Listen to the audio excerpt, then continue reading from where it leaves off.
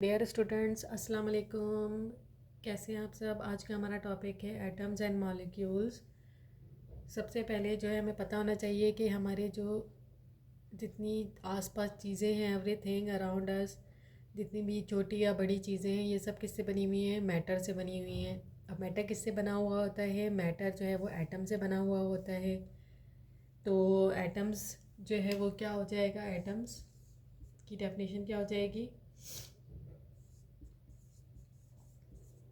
Smallest particle of matter is called atoms.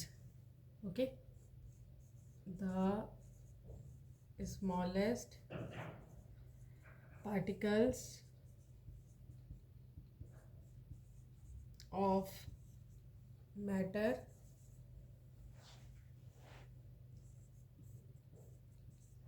is called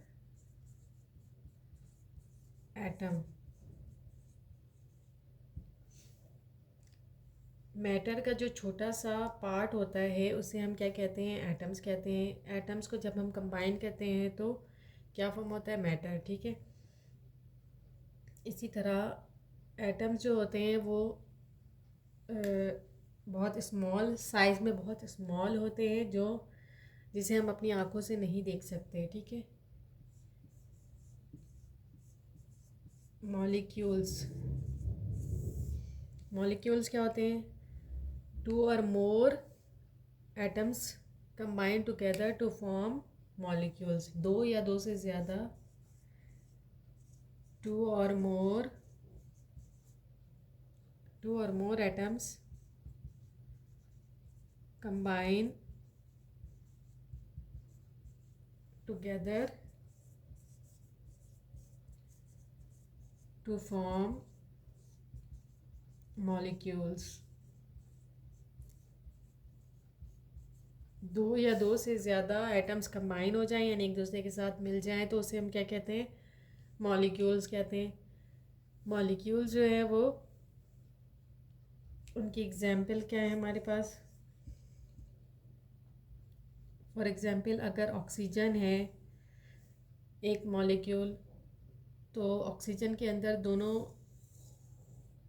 जो atoms होंगे oxygen के, वो क्या होंगे? सेम होंगे। ठीक है।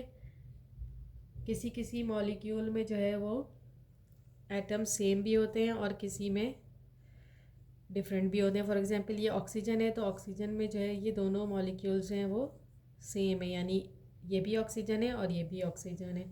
इसी तरह वाटर की अगर बात करें, फॉर एग्जांपल वाटर, तो वाटर के अंदर एक ऑक्सीजन का एटम होता है और टू जो है वो हाइड्रोजन के एटम्स होते हैं।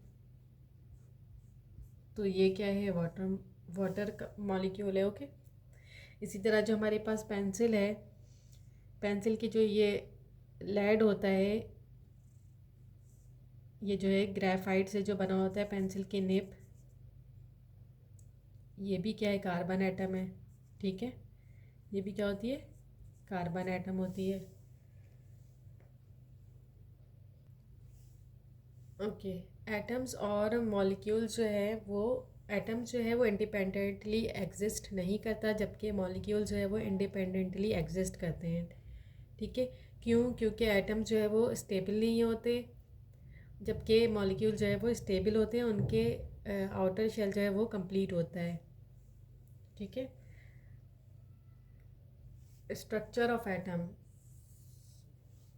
एटम जो है वो तीन तरह के पार्टिकल से मिलकर बना होता है।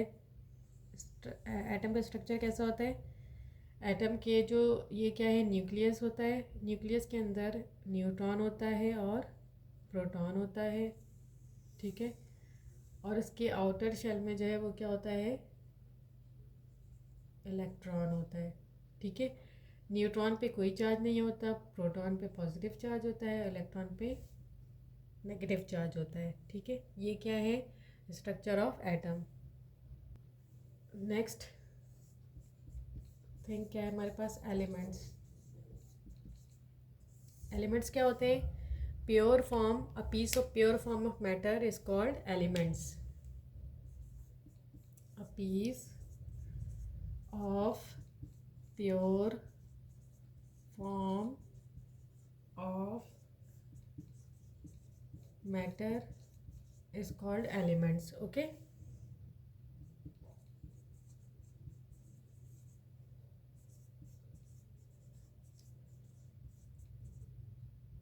मैटर का जो है वो खालिस जो होता है पार्ट, यानी खालिस पीस जो है, खालिस टुकड़ा जो होता है उसे हम क्या कहते हैं? एलिमेंट्स कहते हैं। फॉर एग्जांपल जैसा कि गोल्ड, सिल्वर, आयरन,